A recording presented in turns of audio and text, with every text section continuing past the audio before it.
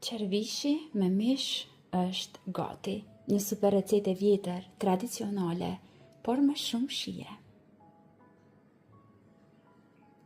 Vazhdojmë me përgatitjen e recetës së radhës.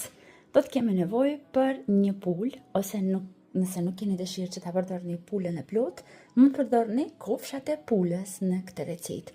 Unë pulën e kam ndarë kështu në pjesë më të vogla dhe fillimisht do ta pastroj mirë dhe do të vazhdojmë që ta zijim.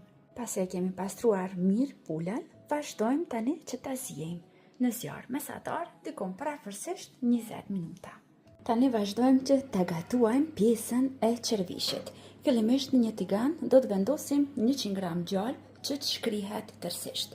Recetën e njëjtë mund ta përgatitni edhe me vaj, sipas shijeve të juaja. Tek gjalpi i shkrir do të vazhdojmë që ta shtojmë miellin.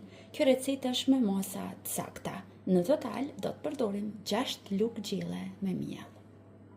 Tani në zjarr mesatar do ta skuqim miellin për disa minuta, 5 deri në 7 minuta, duke përzier pa ndërprerje që mos na digjet, derisa mielli na merr një ngjyrë të artë. Pra mos e skuqni shumë, do t'ju errësohet ngjyra, duhet bëni kujdes që t'ju mbetet ngjyra sa më e bukur.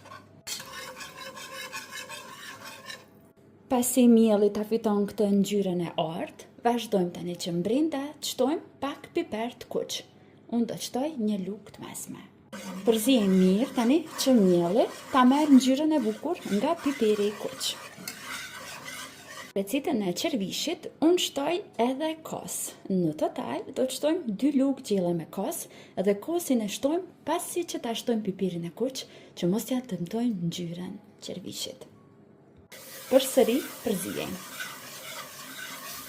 Duhet na mungoj edhe hudra, por unë preferoj që hudrën ta shtoj në pluhur. Vazhdojmë dhe shtojmë tani lëngun. Në total do të përdorim 1 litër lëng, lëngun ku është zier mishi i pulës. Vazhdojmë shtojmë me kujdes. Përzijmë mirë tani dhe vazhdojmë edhe që ta krypusim. Unë sot kryp do të përdor vetëm irzat e përziera, në total do të shtoj 1 lugë të mesme. Por ju mund shtoni sipas shijeve, gjithçka që keni dëshirë. Përzijem edhe një herë dhe vazhdojmë tani që lëngun që e përgatitëm ta transferojmë në një tepsi. Vazhdojmë tani në tepsi ta shtojmë lëngun. Vazhdojmë tani mishin e pulës, ta rendisim brenda tek qervishi. Tani vazhdojmë që sipër kofshat e pulës t'i lyejmë pak. Unë këtu kam pak vaj, tek i cili kam shtuar pak erëzat përziera dhe pak piper të kuq, që t'ju jap një ngjyrë më të bukur kofshave të pulës. Vazhdojmë tani kështu sipër t'i lyejmë.